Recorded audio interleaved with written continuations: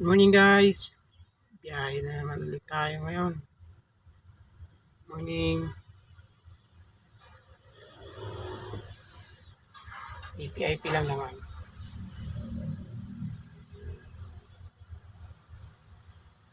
Morning. Ito po kami sa garahe. Alis pa lang. Waiting sa call ng customer.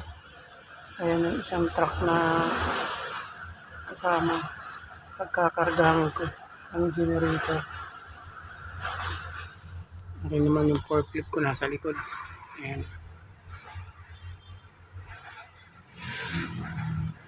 Morning sa inyo lahat. Antay pa ng tawag ng customer.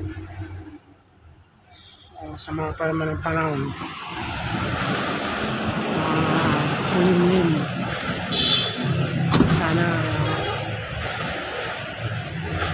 bago umulan nakakarga na kami matapos na. Isang piraso lang naman na generator yun. Morning mga guys. Naway magsunod-sunod ang biyahe ng August.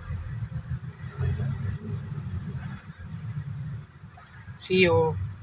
Ngayon na pag magkakarga dito ko kayo. Peace.